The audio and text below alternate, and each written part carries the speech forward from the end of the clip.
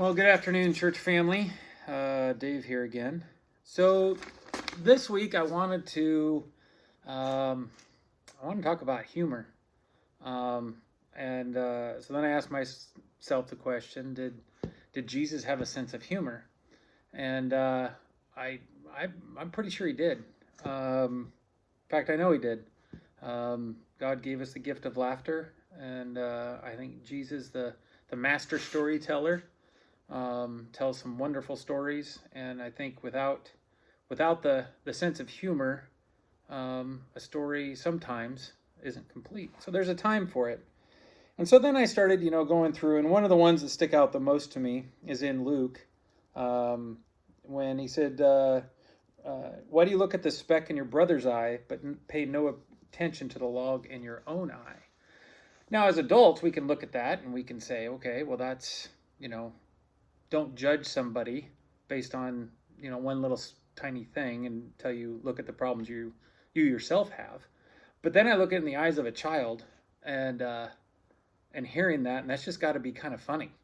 I mean, if you think about it, imagine a little kid in preschool or one of the young ones in jam and just giggling over the fact that here's this guy walking around with a big giant log in his eye. And then, when I was researching this and reading different things, this one author, he wrote, he says, when I asked my daughter if Jesus has ever laughed, she said, of course he did, because he made kiwi birds and funny looking roosters. We can all picture, a kiwi bird and those funny looking roosters that we see at the fair every year, or the ones, that's where I see them. I don't know, you may own some, but they have the big fluffy legs and all that kind of stuff. So I think God had to have had a sense of humor in some of his creations. But this all took me to one specific chapter, one specific, not specific verse, numerous verses, but one specific chapter in Ecclesiastes. And I think God took me here on purpose, only because we're dealing with a lot of heavy things. And I know Pastor Bill talked about some really heavy stuff this last Sunday, and that's what even more convinced me that I needed to bring some humor, I guess, to things. And there's other stories in the Bible where it's I can't remember who it was, but Jesus nicknamed them the sons of thunder, kind of sarcastically. But anyways, this took me to Ecclesiastes, third chapter, and it lays it out. There's a time for everything, and a season for every activity under the heavens.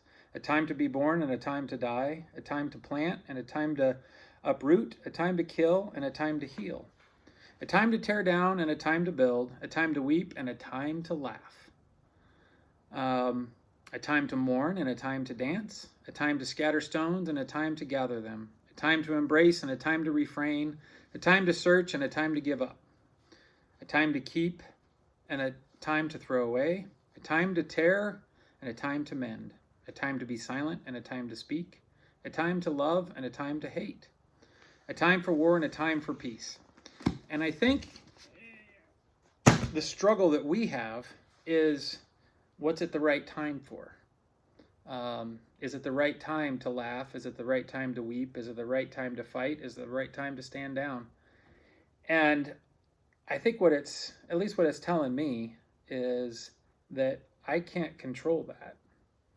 I need to go to God and ask him what's the right time, and trust in the fact that he's going to tell me the right time to do the right thing. I don't do that enough.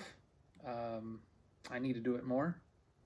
And so I challenge you this next week to go to God and ask, what is it the right time for? Is it the time to laugh?